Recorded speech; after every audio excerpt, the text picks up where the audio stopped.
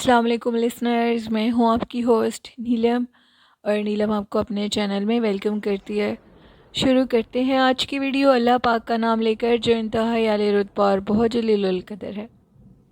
میں اپنے سننے والوں کے لیے یہ دعا کرتی ہوں کہ میرے سبھی سننے والے ہمیشہ شاد اور آباد رہیں، جہاں رہیں خوش باش رہیں۔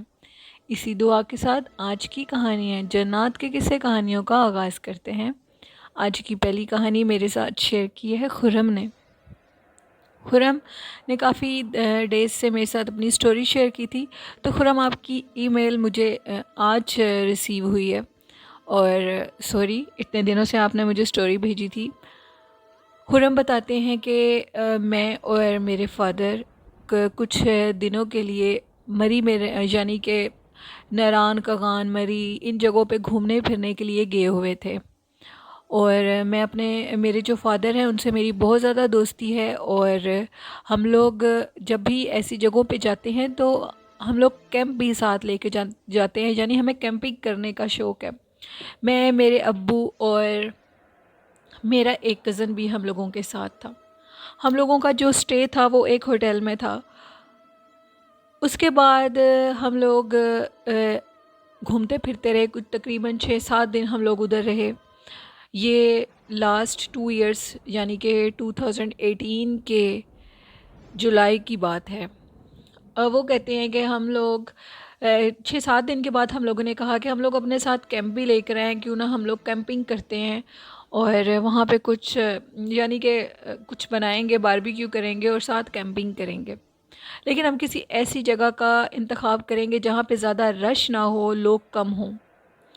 گھومتے پھرتے ہم لوگوں کو ایک ایسی جگہ ملی جہاں بہت زیادہ سنو تھی، حد سے زیادہ، اور ایک جگہ ایسی تھی جہاں پہ درخت کے نیچے سنو تھوڑی کم تھی، اور ہم لوگوں نے کہا کہ اسی جگہ پہ ہم لوگ اپنا کیمپ لگائیں گے اور ادھر ہی باربیکیو کریں گے۔ خرم کہتے ہیں ہم لوگ بڑے خوش ہو گئے، ہم لوگ وہاں سے، اور اس سے نیکسٹ ڈے ہم لوگوں نے واپس چلے جانا تھا۔ ہم لوگ اپنا سارا سامان ہوٹل سے لے آئے اور ہوٹل کو لیو کر دیا۔ ہم لوگوں کے پاس 2 کیمپ تھے اور کیمپ خاصے بڑے تھے۔ ہم لوگوں نے وہ کیمپ لگا لیے اور باربیکیو کرنا شروع کر دیا۔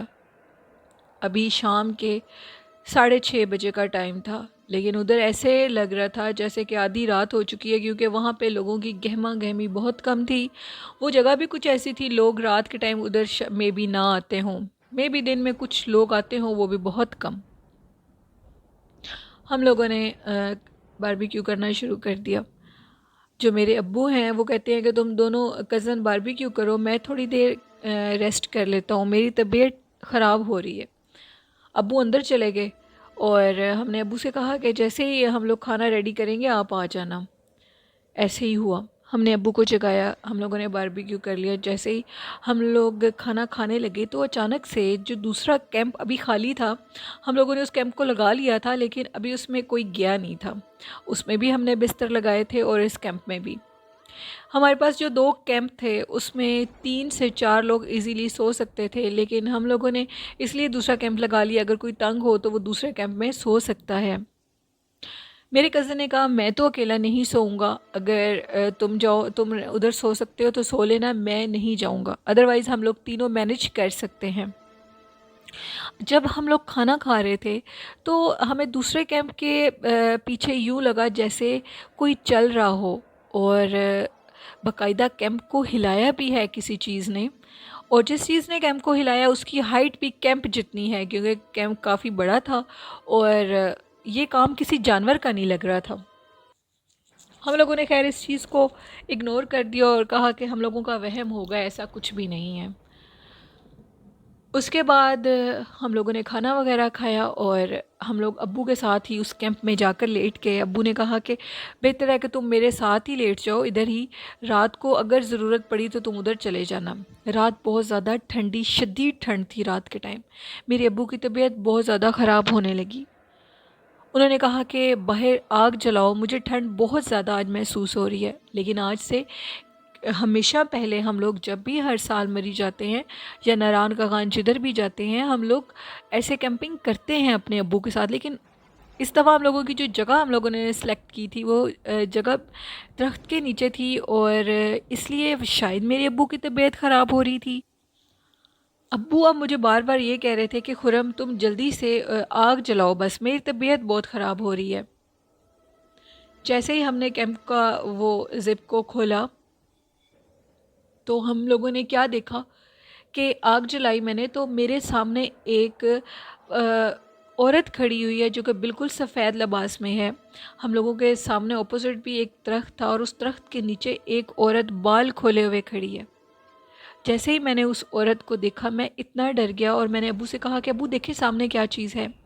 وہ چیز میرے کزن نے بھی دیکھی، میرے ابو نے بھی دیکھی، اور ہم لوگوں نے فوراً سے زپ کو بند کر دیا۔ آگ جلانے کا ہمیں موقع ہی نہیں ملا۔ میں نے اونچی اونچی آیت الکرسی پڑھنی شروع کر دی، یعنی خرم نے، اور خرم کے ابو کے اوپر خرم کہتے ہیں میں نے اپنے ابو کے اوپر آیت الکرسی پڑھ کر پھونکنا شروع کر دیا، اور میرا جو دوسرا کزن تھا وہ حافظ قرآن تھا، اس نے اونچی اونچی حافظ قرآن کی یعنی کہ قرآن پاک کی تلاوت شروع کر دی۔ اب وہ جو بھی چیز تھی وہ بالکل ہمارے کیمپ کے پاس تھی، اس کا سایہ باہر سے نظر آ رہا تھا۔ میں نے اپنی ٹارچ لائٹ کو جیسے ہی کیمپ کے اندر سے باہر کی طرف کیا، یعنی وہ جو فیبرک ہوتا ہے وہ کافی پتلا سا، مطلب اتنا پتلا نہیں، لیکن اس سے اگر ہم اندر لائٹ چلائیں اور ٹارچ کو اس کے ساتھ ٹچ کریں تو باہر سے وہ کہتے ہیں کہ نظر آتا ہے۔ میں نے جیسے ہی باہر کی طرف دیکھا تو وہ عورت نہایت بدصورت حلیے کی عورت ہم لوگوں کے کیمپ کے سامنے، جو ہم لوگوں نے باربیکیو کیا تھا اور وہاں پہ گوشت کی جو بون وغیرہ پھینکی تھی وہ ان کو اٹھا کر کھا رہی تھی، اور اس کے منہ میں سے خون آ رہا تھا۔ وہ نہایت خوفناک منظر تھا، خرم کہتے ہیں میں آپ سے بیان نہیں کر سکتا، اور یہ کہانی بالکل سچ ہے۔ پتہ نہیں ہم لوگوں نے رات کس طرح گزاری۔ فجر کی اذانوں کا ٹائم ہوا تو ہم لوگوں کو یہ اطمینان ہو گیا کہ اب کہیں نہ کہیں اللہ کا نام تو ضرور لیا جا رہا ہوگا۔ ہم تک آواز نہیں آ رہی کیونکہ ہم لوگ کافی ہائٹ پہ تھے اور درخت بھی بہت زیادہ تھے، لیکن اللہ کے نام کا ٹائم ہو چکا ہے۔ اور پھر ہم لوگوں نے 7 بجے ہم لوگ ادھر سے اللہ اللہ کر کے نکل گئے۔ ساری رات وہ چیز باہر پھرتی رہی۔ اس کے بعد اب 2020 میں بھی ہم لوگ گئے تھے گرمیوں میں، لیکن ہم لوگوں نے ایسا کچھ بھی نہیں کیا۔ ہم لوگوں نے اس چیز کو چھوڑ دیا ہے کیونکہ اس میں جان کا خطرہ ہے۔ ایسی جگہیں بہت زیادہ ہانٹیڈ ہوتی ہیں اور غیر مرئی مخلوق کا بسیرا ہوتا ہے۔ ہر جگہ سنو ہونے کی وجہ سے اتنا خوفناک منظر تھا رات کے ٹائم۔ آج سے پہلے بھی ہم لوگ کرتے رہے لیکن ہمیں کبھی ڈر نہیں لگا۔ جب اس مخلوق کو ہم نے دیکھا، اس نے ہمیں نقصان نہیں دیا، لیکن وہ ان ہڈیوں کو کھا کر وہاں سے چلی گئی۔ یہ کہانی شیئر کی تھی خرم نے لاہور سے میرے ساتھ۔ بہت شکریہ خرم اپنی کہانی بھیجنے کے لیے۔ تو لسنرز، اس کہانی سے آپ لوگوں کو ضرور کچھ نہ کچھ مورل تو ملا ہوگا کہ ایسی سنسان جگہوں پہ فن کرنے کے لیے کیمپنگ مت کریں، کیونکہ اگر جان کو خطرہ نہ بھی ہو، ایسی چیزیں انسان کے اوپر حاوی ہو جاتی ہیں، اور کچھ مخلوقات اتنی ضدی اور سخت ہوتی ہیں کہ وہ جان نہیں چھوڑتی۔ بڑھتے ہیں آج کی دوسری خوفناک کہانی کی طرف۔ یہ کہانی میرے ساتھ شیئر کی ہے وقاص احمد نے UK سے۔ وقاص کہتے ہیں کہ یہ کہانی ایک ایسی فیملی کی ہے جو کہ آزاد کشمیر کے رہنے والے تھے، اور وہ اپنے ریلیٹیو سے ملنے کے لیے آزاد کشمیر سے آگے ایک گاؤں میں انہوں نے جانا تھا۔ وہ لوگ نکل پڑے، وہ جو انکل تھے ان کے ساتھ بچے اور 2 سے 3 خواتین تھیں۔ وہ لوگ ادھر سے صبح کے ٹائم نکلے۔ ان کو ادھر سے نکلتے نکلتے جس جگہ انہوں نے جانا تھا تو راستے میں بچوں نے کہا کہ ہم لوگوں کو بھوک لگی ہوئی ہے، ہم لوگوں نے کچھ کھانا ہے۔ انکل نے بچوں کو راستے میں چپس، کولڈ ڈرنکس اور باقی کھانے کی چیزیں لے کر دی۔ جو بڑی خواتین تھیں انہوں نے چائے پی، اور اس کے بعد ہم لوگوں کو وہاں سے نکلتے نکلتے 5:30 کا ٹائم ہو گیا۔ جس شاپ سے ہم لوگوں نے وہ چیزیں لی تھیں، اس شاپ والے نے ہمیں کہا کہ یہ جو روڈ ہے یہ سیدھا آپ کے گاؤں کی طرف جاتا ہے جدھر آپ لوگوں نے جانا ہے۔ یہ روڈ کافی لمبا ہے، لیکن اس روڈ پہ آپ لوگوں نے رکنا نہیں ہے، کیونکہ کہا جاتا ہے کہ آج سے کئی سال پہلے اس روڈ پہ انڈیا سے ایک عورت آئی ہوئی تھی اس گاؤں میں، اور اس کی حادثاتی موت ہو گئی۔ اس کی ڈیڈ باڈی نہیں ملی۔ وہ موت کیسے ہوئی کسی کو پتہ نہیں لگا، لیکن اس کی اس ٹائم پہ ڈیڈ باڈی نہیں ملی، لیکن اس کے بعد اس کی ڈیڈ باڈی تو مل گئی تھی، لیکن وہ عورت کیسے مری یہ کسی کو نہیں پتہ، اور اس کو لاوارث قرار دے کر دفنا دیا گیا۔ اس کے بعد ادھر اکثر لوگ اس روڈ پہ ایک برقع پوش عورت کو دیکھتے ہیں جو لوگوں کو روکتی ہے، لیکن وہ نقصان نہیں دیتی، اور اگر آپ کو کوئی روکنے کی کوشش کرے تو آپ نے گاڑی کو روکنا نہیں ہے۔ انہوں نے کہا ٹھیک ہے۔ وہ لوگ چل پڑے۔ اب وہاں سے نکلتے نکلتے ان لوگوں کو 6 بج گئے اور وہ لوگ جانے لگے۔ وہ روڈ بہت لمبا تھا۔ ادھر رات کے 8 بجے بھی سما اس طرح کا وہ کہتے ہیں لگتا ہے ان سائڈز پہ آزاد کشمیر سے آگے وہ گاؤں تھا جیسے آدھی رات ہو چکی ہے، بالکل سنسان جگہ۔ تو وہ کیا دیکھتے ہیں کہ ادھر آگے ایک برقع پوش عورت جو کہ سرخ لباس میں ہے، وہ روڈ کے بالکل درمیان میں کھڑی ہے۔ اس نے باقاعدہ ان کو ہاتھ دیکھ کر روکنے کی کوشش کی۔ وہ جو باقی خواتین تھیں وہ اتنی ڈر گئی ان کے ساتھ کہ انہوں نے اونچا اونچا چیخنا شروع کر دیا، کیونکہ ان کو پتہ لگ گیا تھا یہ وہی برقع پوش پرسرار مخلوق ہے جو ہمیں روکنے کی کوشش کر رہی ہے۔ جیسے انہوں نے گاڑی اس عورت کے پاس روکی نہیں، سیدھا لے کے جا ہی رہے تھے کہ وہ عورت ایک سائڈ پہ ہوئی اور یہ لوگ آگے سے گزرے۔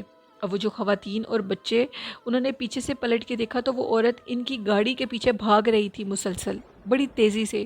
جتنی تیزی سے گاڑی بھاگ رہی تھی اتنی اس سے بھی زیادہ اس کی رفتار تیز تھی، اور وہ بالکل ان کے ساتھ برابر میں آ گئی۔ وقاص کہتے ہیں کہ ان عورتوں کی بچوں کی چیخنے کی آوازیں آنے لگی۔ انکل نے گاڑی کو روکا نہیں اور بڑی سپیڈ سے انہوں نے ادھر سے گاڑی کو نکال لیا۔ ایک مخصوص جگہ پر آ کر وہ عورت رک گئی اور ان کے پیچھے نہیں آئی، اور اس کے بعد وہ اپنے مقام پر پہنچ گئے۔ انہوں نے وہ واقعہ جا کر سارا اپنے ریلیٹیوز کو بتایا۔ انہوں نے کہا کہ ادھر واقعی ایک عورت کی ڈیتھ ہوئی تھی، یہ بات بالکل سچ ہے، اور وہ لوگوں کو روکتی ہے، وہ لوگوں کو نظر آتی ہے۔ نہ جانے وہ کیا چیز ہے کہ مرنے کے بعد کوئی واپس نہیں آ سکتا۔ جنات نے اس عورت کا روپ لے کر وہ سب کو تنگ کرتے ہیں، کیونکہ شیطان جو جنات ہوتے ہیں وہ لوگوں کو تنگ کرتے ہیں۔ یہ کہانی تھی وقاص کی جنہوں نے میرے ساتھ شیئر کی۔ UK سے بہت شکریہ وقاص اپنی کہانی بھیجنے کے لیے۔ اور لسنرز، یہ تھی آج کی کچھ کہانیاں۔ آئی ہوپ آپ لوگوں کو ضرور اچھی لگی ہوں گی، اور ان کہانیوں سے آپ لوگوں نے ضرور کچھ نہ کچھ تو سبق لیا ہوگا۔ اگر میرے چینل کی سٹوریز آپ لوگوں کو اچھی لگتی ہیں تو میرے چینل کو سبسکرائب کریں اور لائک کریں، اور آپ بھی اپنی سٹوریز میرے ساتھ شیئر کر سکتے ہیں ڈسکرپشن باکس میں میرے ای میل ID پہ، اور کومنٹ باکس میں بھی آپ اپنی سٹوریز کو شیئر کر سکتے ہیں۔ اور آج کا اچھا میسیج میں آپ لوگوں کو یہ دینا چاہوں گی کہ اللہ پاک کا ہمیشہ شکر ادا کیا کریں۔ اللہ پاک نے ہمیں جس حال میں رکھا ہے بہت بہترین رکھا ہے۔ اللہ سے کبھی بھی گلہ مت کریں، کیونکہ اللہ پاک ہمارا کبھی بھی برا نہیں چاہ سکتا۔ وہ ہمیں 70 ماؤں سے بھی زیادہ محبت کرتا ہے، اس لیے اپنے رب سے کسی بھی بات پہ گلہ شکوہ مت کریں۔ کچھ عرصے کے بعد ہمیں اپنے اس کام کے جو نہیں ہوتا، اللہ کی رضا معلوم ہوتی ہے، تو پھر ہم لوگ یہی کہتے ہیں کہ اللہ کا بہت شکر ہے کہ ہم اس مصیبت سے بچ گئے۔